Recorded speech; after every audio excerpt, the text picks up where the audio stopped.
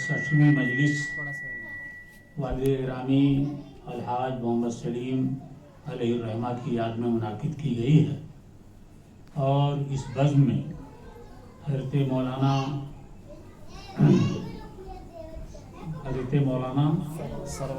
سرور علی صاحب نے والدین کی اطاعت کے تعلق سے قرآن و حدیث کی روشنی میں اتنا اچھا خطاب فرمایا کہ یہ خطاب اگر کسی عظیم کانفرنس میں ہوتا تو اسے امتیاز کا درجہ حاصل ہو جاتا۔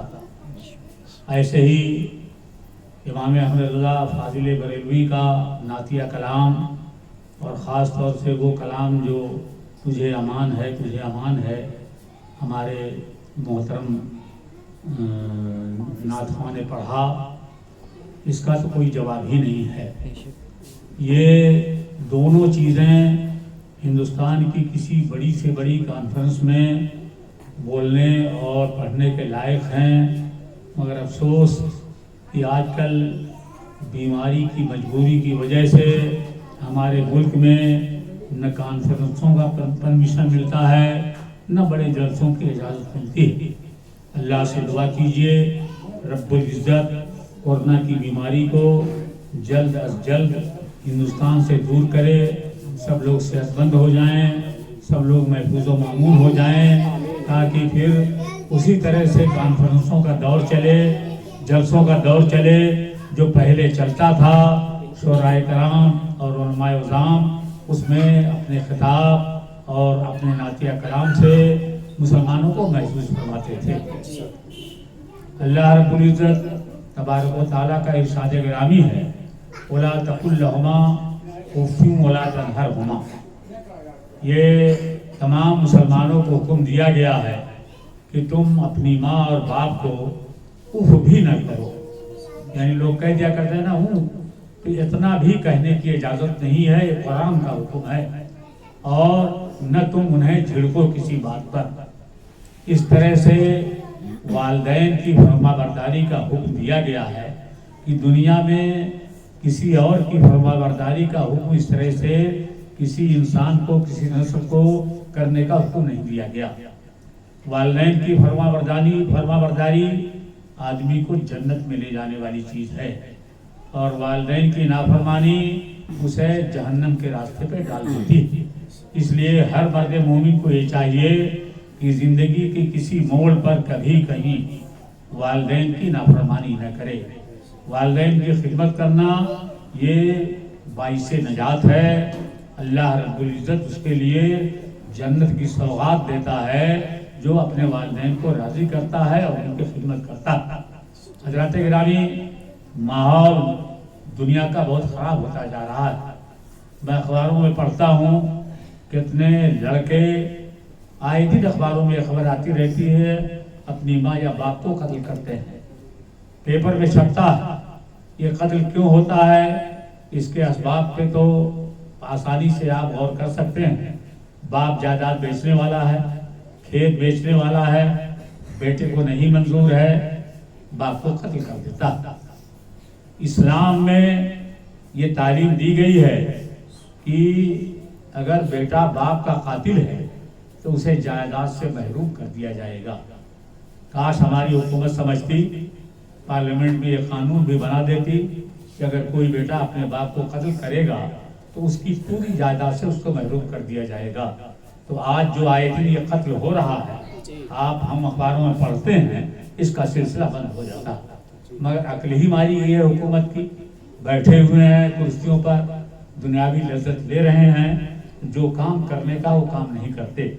اسلام کچھ کام زبردستی ضرور کروا لیتا ہے ان سے، وہ اسلام کے لیے نہیں کرتے ہیں، مگر اسلام وہ توانائی ہے کہ زبردستی ان سے اپنی بات بنوا لیتا ہے۔ پارلیمنٹ میں آج سے 4-5 سال پہلے قانون پاس ہوا، باپ کی جائیداد میں بیٹی کا بھی حق ہوگا۔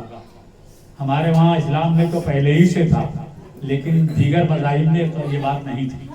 ان کے وہاں لڑکی کی شادی ہوتی تھی، لڑکی رخصت ہوئی، اب باپ کی جائیداد میں اسے 1 پیسہ نہیں ملنا، لیکن مجبور ہو کر اسلامی قانون کو پارلیمنٹ نے منظور کیا، اور اب اسلام کی یہ طاقت ہے کہ اسلام کا وہی قانون ہندوستان کے ہر مذہب کے ماننے والے کے گھر میں بغیر دستک دیے ہوئے پہنچ گیا.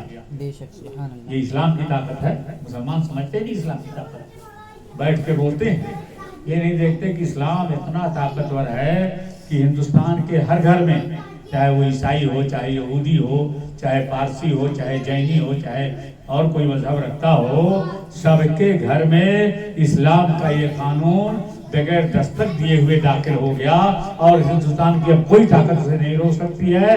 ہر بیٹی اپنے باپ کی جائیداد میں حصہ پا رہی ہے. قانون بدل گیا کھتونیوں میں, اب جب نام لڑکے کا چڑھتا ہے, اگر لڑکی ہے تو اس کا بھی نام چڑھتا. اسلام وہ طاقتور مذہب ہے, مگر یہ مسلمان اس کو کمزور سمجھتا ہے, کافروں کی جا کر کے دلجوئی کرتا ہے, ان کے سامنے جھکتا ہے. تمہارے پاس تو اتنی بڑی طاقت والا مذہب ہے کہ دنیا کی ساری قوتوں کو ان کے سامنے جھکنا پڑے گا. اسی مذہب اسلام نے قرآن میں اعلان فرمایا, وَلَا تَقُلْ لَهُمَا أُفٍّ وَلَا تَنْهَرْهُمَا. ماں اور باپ کو اف تک نہیں کہہ سکتے, انہیں جھڑکی نہیں دے سکتے. پیغمبر صلی اللہ تعالیٰ علیہ وسلم کے والد گرامی تو آپ کی ولادت سے پہلے ہی دنیا سے کوچ کر گئے. ان کی والدہ محترمہ حضرت آمنہ رضی اللہ تعالیٰ عنہا, آپ چند مہینے کے تھے, وہ بھی رخصت کر گئی. حلیمہ سعدیہ کا دودھ پی کر کے آپ فرمان چڑھے. قبیلہ تھا سعدیہ قبیلہ, اس قبیلے کی یہ خاتون, لمبی تفصیل ہے کس طرح سے پیغمبر کو اپنے گھر لے گئیں اور انہیں 2 سال تک انہوں نے دودھ پلایا. حقیقی ماں نہیں ہے, رضائی ماں ہے, صرف دودھ دیا ہے. روایت میں آیا ہے کہ حضرت حلیمہ ایک بار پیغمبر صلی اللہ تعالیٰ علیہ وسلم کی بارگاہ میں آئیں. رسول پاک صلی اللہ تعالیٰ علیہ وسلم کے پاس ان کے بٹھانے کے لیے, بچھانے کے لیے کوئی فرش نہیں تھا, چٹائی نہیں تھی, گدا نہیں تھا, دری نہیں تھی. تو سرکار دو عالم صلی اللہ تعالیٰ علیہ وسلم نے اپنی ردائے پاک, اپنی مبارک چادر جس کو اللہ کے رسول اوڑھتے تھے, اسے حضرت حلیمہ سعدیہ کے بیٹھنے کے لیے بچھا دیا اور جبراً اس پہ انہوں نے اس کو بٹھایا. یہ احترام ہے. پیغمبر کی چادر کا مقابلہ کائنات کی کوئی چیز نہیں کر سکتی. اللہ کے رسول نے انہیں زمین پہ نہیں بیٹھنے دیا, اپنی چادر بچھایا اور کہا ماں آپ اس پہ بیٹھو. صحابہ عشش کرنے لگے. پیغمبر نے انہیں بٹھایا, اس طرح سے تعلیم دیا کہ مسلمانوں کو اپنی ماں اور باپ کا کیسا احترام کرنا چاہیے. اور جب تک باحیات ماں باپ, تب تک تو مسلمان بیٹا ان کی ہر طرح کی فرما برداری کرے گا ہی. لیکن جب دنیا میں نہیں ہے تو اب کیا ہے, ان کی رضا جوئی کا ذریعہ مولانا صاحب نے فرمایا کہ ان کے لیے استغفار کرے گا. ایک اور نسخہ میں نے حدیث پاک میں پڑھا, اللہ کے رسول صلی اللہ تعالی وسلم نے فرمایا تو جو مرد مومن ہفتے میں ایک دن اپنے والدین کی خبر پہ حاضری دے گا, اس کے لیے جنت واجب ہے. ہفتے میں ایک دن جاؤ اپنے باپ کی قبر پہ یا اپنی ماں کے قبر پہ, تو یہ جانے سے اتنا بڑا ثواب کہ جنت تمہیں ضرور مل جائے گی. اس سے ایک بات تو یہ سمجھ میں آتی ہے کہ ماں باپ کی قبروں پہ حاضری دینا چاہیے. دوسری بات یہ سمجھ میں آتی ہے کہ اگر وہ دنیا میں نہیں رہ گئے ہیں تب بھی تمہیں اپنی غلامی کا ثبوت دینا پڑے گا. بادشاہوں کے دربار میں جاتے ہو کچھ سکے مل جاتے ہیں, نوابوں کے دربار میں جاتے ہو کچھ انعام مل جاتا ہے, لیکن ماں باپ کی بارگاہ میں اگر ہفتے میں ایک مرتبہ حاضری دو گے تو تمہاری ساری خطائیں معاف کر دی جائیں گی اور تمہارے لیے جنت لازم ہو جائے گی. کتنا بڑا مرتبہ ہے والدین کا, اس کو قلم بند کرو تو دفتر کا دفتر ہو جائے گا. تمام آیتیں اور حدیثیں مولانا ولی صاحب نے آپ کو سنائی, بے شمار ذخیرہ اس بات میں ہے. اور یہ ایسی منزل ہے کہ آدمی کو باپ اور ماں کے سے ہرگز سرتابی نہیں کرنی چاہیے. جو فرمان جاری کر دیں اس پہ عمل کرنا چاہیے. اور اگر کوئی آدمی دنیا سے اس حال میں جا رہا ہے کہ اس کی ماں اس کا باپ ناراض ہے تو سمجھ لو بہت بڑے عذاب الہی میں گرفتار ہوگا. ہر خدمت سے بڑی خدمت یہ ہے کہ ماں باپ کے فرمان کو مانا جائے. میں ہر سال اپنے والد مرحوم کی جو یہ مجلس کرتا ہوں، یہ 61ویں مجلس ہے، چھوٹے بڑے پیمانے پر ہر سال کرتا ہوں. موسم چونکہ خراب ہے ورنہ میں پرمیشن لے کر اس بہت بڑے پیمانے پر کرنے کا ارادہ رکھتا تھا، لیکن جگہ تنگ، بارش کا موسم، آتے لوگ تو میں کہاں بیٹھاتا، اس لیے اس چھوٹے پیمانے پر اس کو کیا. لیکن یقین جانو اس کا یہ مقصد بھی ہے کہ اور لوگوں میں بھی اپنے والدین کے لیے اس طرح ایصال ثواب کی مجلس قائم کرنے کا جذبہ پیدا ہو جائے. سب کو کرنا چاہیے جس پیمانے پر بھی ان سے ہو سکے. اور یہ ایصال ثواب یہ تو احادیث کے ذخیرے سے ثابت ہے کہ اس کے کرنے کا بہت بڑا فائدہ ہوتا.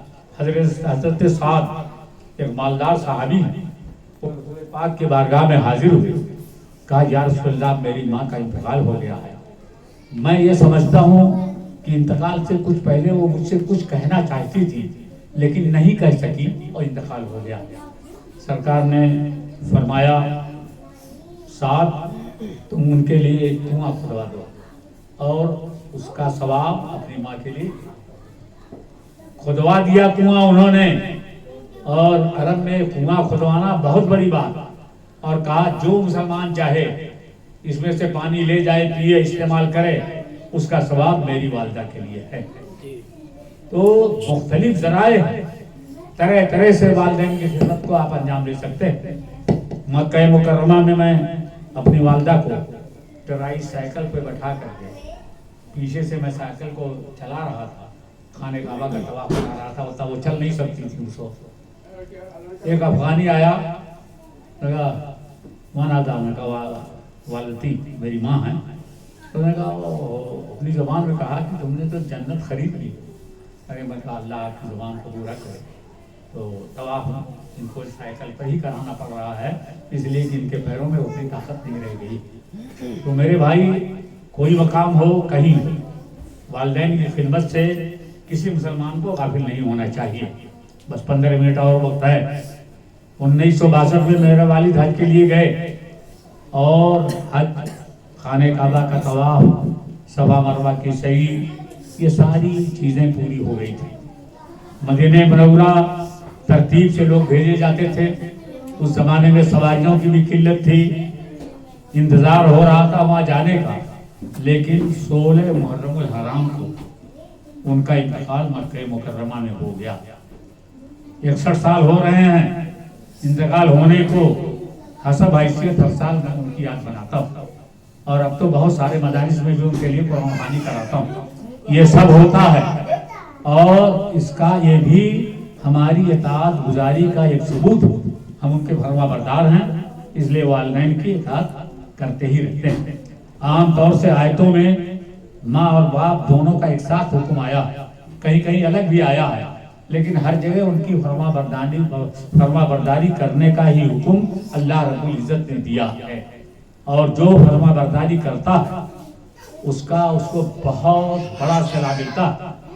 اللہ کے رسول صلی اللہ تعالی وسلم نے فرمایا اولاد کے حق میں ماں باپ کی دعا ایسے ہی ہے جیسی دعا پیغمبر کی امت کے حق میں ہوتی ہے. کہاں پہنچ گیا مرتبہ. اور پیغمبر کی دعا کے بارے میں حدیث میں ہے کہ وہ کبھی رد نہیں ہوتی، اللہ رب العزت سے قبول فرماتا ہے. تو جب والدین کی دعا اولاد کے حق میں، بیٹے بیٹی کے حق میں پیغمبر کی دعا کی طرح ہے، تو جو ماں باپ سے ان کی دعا لے لے گا وہ یقیناً وہ مقبول ہوگی اور وہ فائق المرام اور کامیاب ہو جائے گا. بات سمجھ میں آتی ہے کہ نہیں؟ بہت سادگی سے سمجھا رہا ہوں.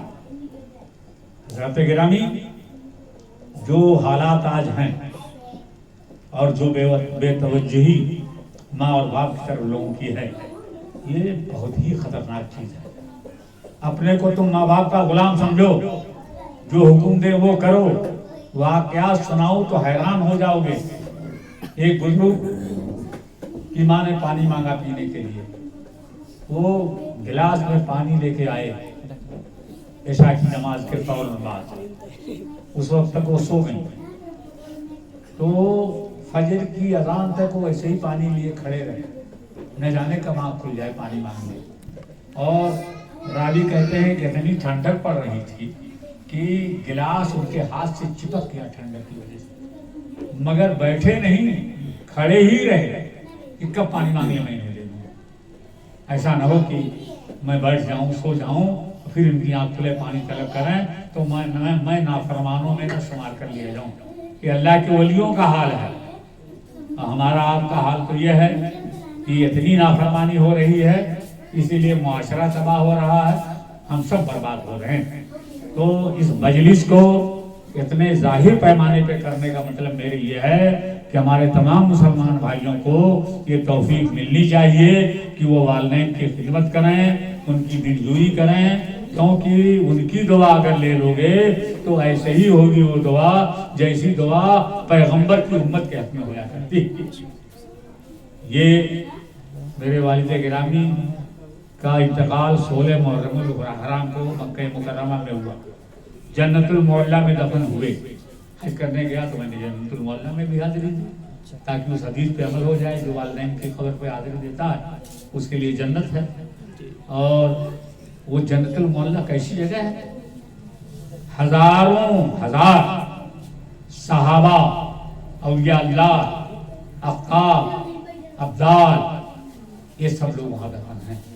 ان کے جھرمٹ میں میرے والد کی تدفین ہوئی، تو وہ تو کھئی ہوئی جنت کی کیاری ہے جی، وہاں وہ دفن ہوئی۔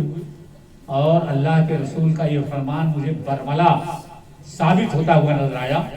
سرکار دو عالم صلی اللہ تعالی علیہ وسلم سے ایک صحابی نے عرض کیا، یا رسول اللہ میرا انجام آپ کے ساتھ ہو، تو سرکار نے فرمایا المرء من احب بہ، آدمی جس سے محبت کرتا ہے اس کا انجام اسی کے ساتھ ہوتا ہے۔ تو میرے والد گرامی علماء کا اور بزرگان دین کا انتہا سے زیادہ احترام کرتے تھے، ان کی خدمت کرتے تھے۔ ہندوستان کے تمام بڑے علماء ان کو جانتے تھے۔ ان کے انتقال پر بھیونڈی میں دارالعلوم سمدیہ میں شیخ العزیز حضرت علامہ مولانا عبد المصطفیٰ صاحب اعظمی نے قرآن خوانی کرائی، اور تمام تر جگہوں پہ قرآن خوانی ہوئی۔ تو جیسا حدیث میں ہے المرء من احب بہ، آدمی اسی کے ساتھ رہے گا جس سے وہ محبت کرتا ہے۔ تو میرے والد گرامی جنت المعلا میں دفن ہونے والے صحابہ اور صحابیات اور تابعین کے ساتھ اسی لیے پہنچے ہیں کہ رسول کا فرمان ظاہر ہو جائے کہ آدمی اسی کے ساتھ رہے گا جس سے وہ محبت کرتا ہے۔ وہاں دفن ہوئے اور سفر حج میں انتقال ہوا۔ تو ہر سال تو ان کا حج ہو رہا، ہر سال حج ہوتا چلا جائے گا قیامت تک۔ کوئی آدمی اتنا خزانہ اکٹھا کر لے وہی پائے گا جو وہاں انتقال کرے گا۔ وہاں انتقال کرنے کی تمنا کتنی بڑی ہوتی ہے، نام سنا ہوگا آپ نے، گورکھپور کے رئیس اعظم تھے مولوی سبحان اللہ صاحب، تمام مسجدیں بنوائی ہیں انہوں نے اور تمام کافر ان سے ڈرتے تھے۔ جری بہادر، بہت بڑے مالدار، ان کا باغ کمپیر گنج میں بہت بڑا، 6 مہینہ وہ مکہ مکرمہ میں رہ گئے اس لیے کہ شاید موت آ جائے۔ اور جب وہاں کی گورنمنٹ کہتی کہ نہیں اب جاؤ، اس سے نہیں رک سکتے ہو، تو مجبوراً گورکھپور آتے تھے۔ انتقال گورکھپور میں ہوا۔